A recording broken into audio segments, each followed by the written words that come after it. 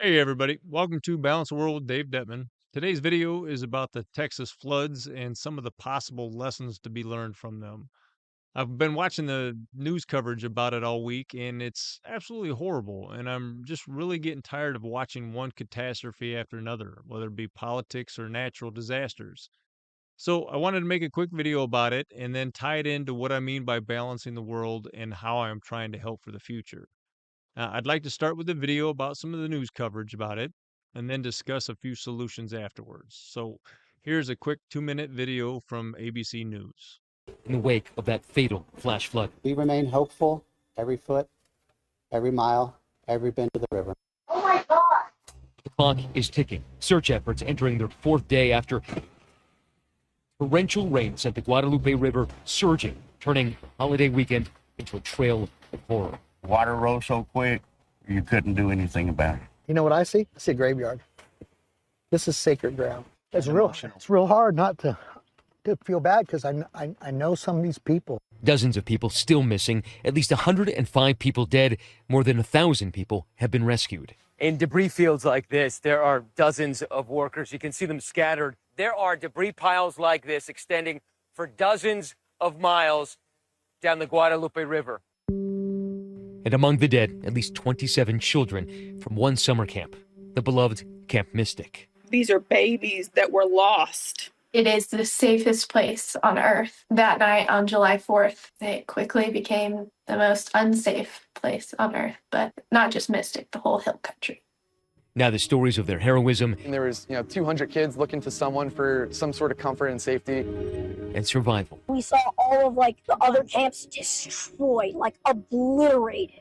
Plus, questions being raised about emergency warnings. Could more lives have been saved in the second deadliest flood in Texas history?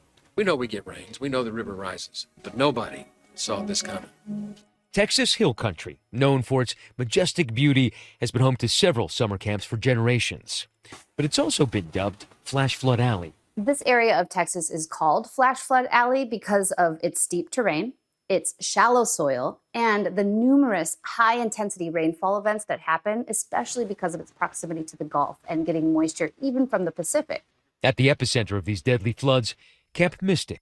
It's a Christian girls' camp near Hunt, Texas, where 750 campers spent the night into July 4th. Several campers and a counselor are still missing. Now, after watching videos like that, the first thing I always want to do is thank the first responders and anyone helping out during times like that. Because heroes and even everyday helpers really are needed during times like that, especially because they are going to be happening more and more. And the purpose of this video is not to blame or point fingers, as I've been watching a lot of that on the news, but more to learn and help prepare for the future. Just look at how fast some of this came in. I mean, it's amazing how fast these floods can happen. I mean, some of the meteorology graphs that I've been watching is just unbelievable how fast this is. And especially when it happens at night when people are sleeping, just horrible. And whenever I see images like this, it just reminds me that they really are proof that things will always get worse, or they seem to be getting worse and worse.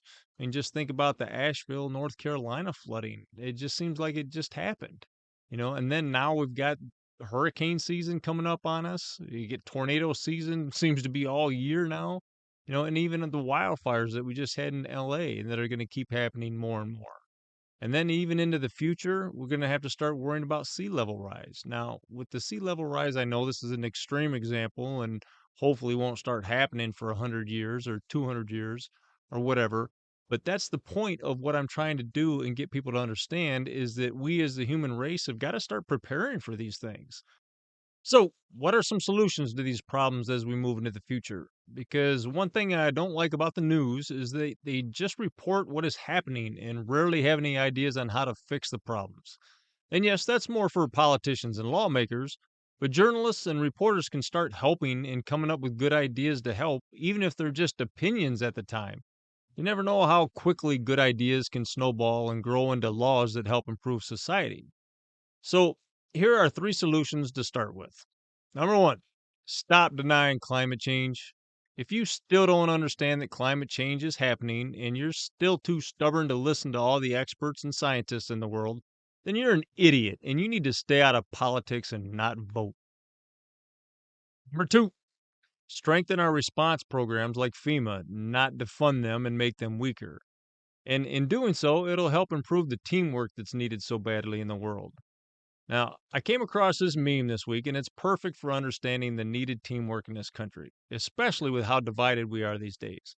It shows how arrogant Texans can be sometimes when things are good, but when they need help, they're just like everyone else and in need of help from time to time. Now, before you get too mad at me, I like Texas. I like cowboys and horses and country folks and music and country culture. So I don't want to hear anything about I don't like Texas. My point is, Texans can really be the first ones to admit that we are all in this together and we are all Americans. In fact, we're even all human beings on the planet Earth. And that's the way we need to start looking at life, especially when it comes to teamwork and responding to our natural disasters. Now, strengthening FEMA leads into number three, understanding the needed balance between capitalism and socialism. Now, this red, white, and blue graph is one of my favorites to use because it gives a good visual aid for the differences between Democrats and Republicans in this country. And right now, as divided as we are, it's important to understand them. And as with this one, I'm talking about the differences between socialism and capitalism and finding the right balance between the two. Because there's too many people out there who think that we have one or the other. Like Republicans accusing Democrats of wanting 100% socialism, which is just not true. So finding the correct balance between the two is what is important. All right. Because right now we already have about 25% socialism, which is just fire departments and police departments and the military. And FEMA. FEMA is a government funded program, which is socialism. So people need to understand that we can't just keep going with privatized insurance companies, especially with these natural disasters getting more and more extreme. They're not going to be able to handle it anymore. We need to work together as a country and fund them together as a country with all the states working together.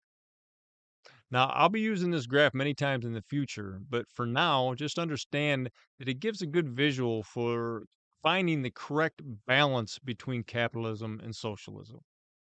So, in closing, I really hope our governments help Texas out right now because they need it and they've got a long road ahead of them as far as recovery goes. And I just hope people start realizing that natural disasters are going to be happening more and more. And we need to be better prepared for preventing them as best we can and responding to them better in the future. And for everyone to work together to help establish a balance with our planet. Thank you. Thanks for watching today's video and helping humans establish a balance with our planet. Don't forget to like and subscribe to our YouTube channels. Follow us on Facebook and X, and please share our videos. Lastly, if you'd like to become a supporter and help us out financially, you can sign up for a monthly donation on our Patreon page at www.patreon.com/Balance the World with Dave Detman.